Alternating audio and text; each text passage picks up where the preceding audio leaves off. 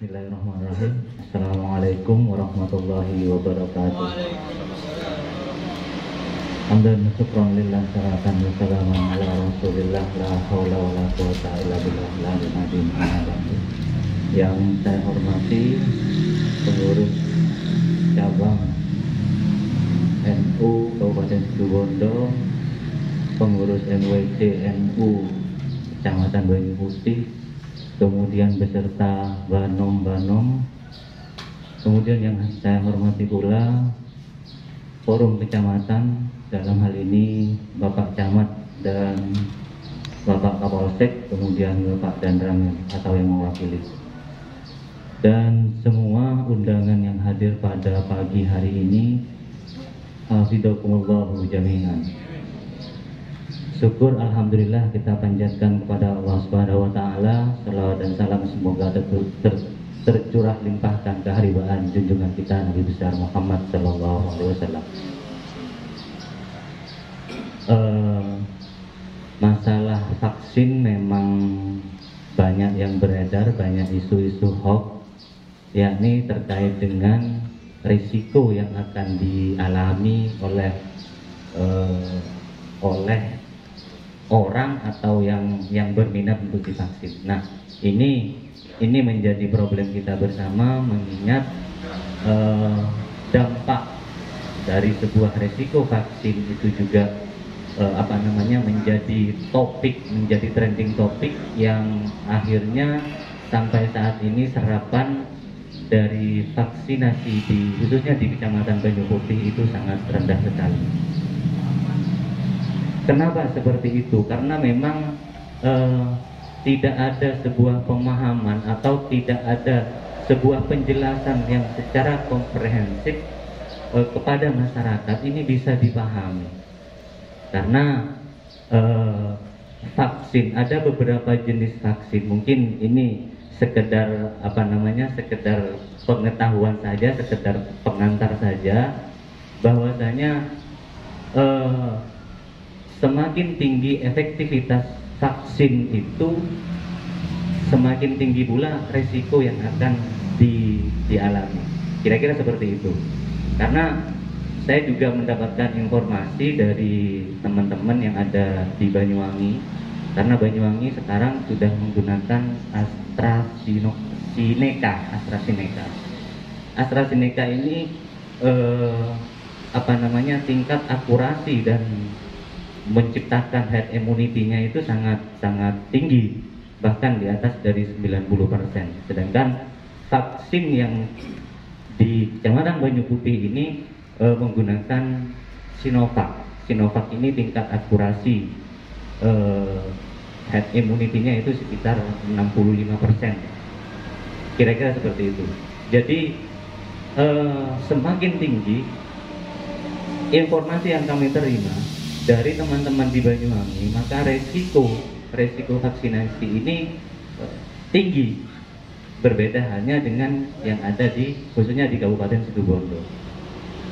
Karena hal inilah yang membuat kita termakan oleh sebuah opini, kita termakan dari sebuah isu, sehingga orang yang akan divaksin ini merasa ketakutan.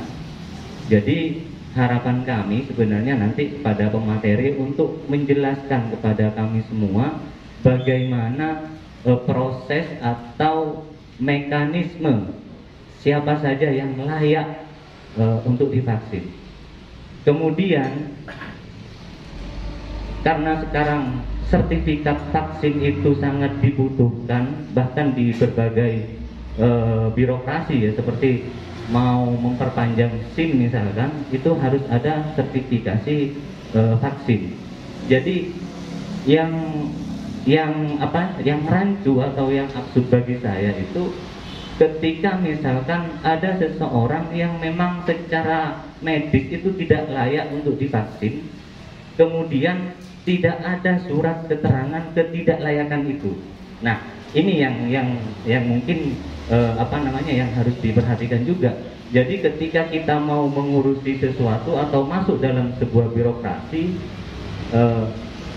yang menjadi syarat yang harus divaksin, tetapi karena kondisi fisik atau secara klinis memang tidak layak untuk divaksin, ini juga diberikan surat keterangan karena tidak layak untuk divaksin, seperti itu. Entah seperti apa modelnya, karena ada beberapa orang ketika mau mengurus sesuatu, pas kebetulan itu lansia, kemudian dia harus memiliki sertifikat vaksin, tetapi ketika dia secara klinis tidak bisa untuk divaksin karena ini merupakan sebuah diagnosa dokter, jadi dia tidak bisa ngapa-ngapain.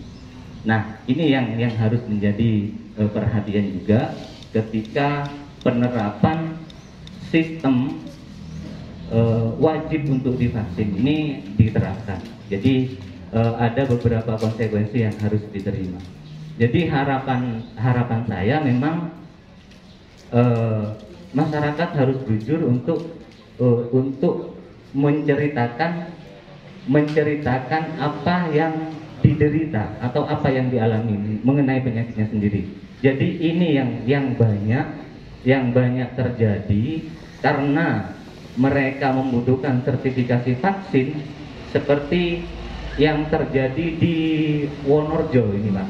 Wonorejo ini pemberian BLTDD itu wajib, syaratnya harus divaksin. Tetapi ketika secara klinis dia tidak bisa untuk divaksin, akhirnya dia berbohong. Ketika berbohong, maka akan ada dampak dari resiko vaksinasi ini. Jadi ini yang perlu kita sosialisasikan bersama, kita kita sebarkan kepada masyarakat bahwa sebenarnya vaksin ini sangat penting, begitu saja. Karena isu ini memang sulit untuk dibendung, karena dari teman-teman saya saja ada sekitar 80% itu tidak mau untuk divaksin karena termakan oleh isu-isu yang tidak benar seperti itu. Jadi alhamdulillah kalau saya sudah divaksin. Dan kemudian mengenai berita ini lagi, berita bahwa vaksin Sinovac itu berlaku atau kekebalan ini hanya berlaku 6 bulan. Nah, ini harus diluruskan oleh teman-teman dari petugas medis.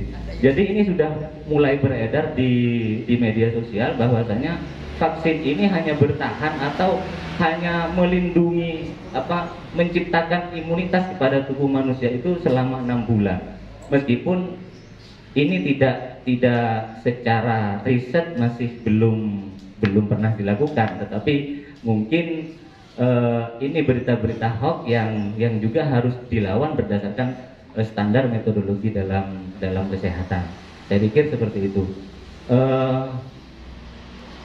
Mungkin itu saja yang bisa kami sampaikan. Mohon maaf apabila tempat yang kami sediakan ini kurang begitu begitu yang sangat sederhana, dan kurang lebihnya mohon maaf. Assalamualaikum warahmatullahi wabarakatuh.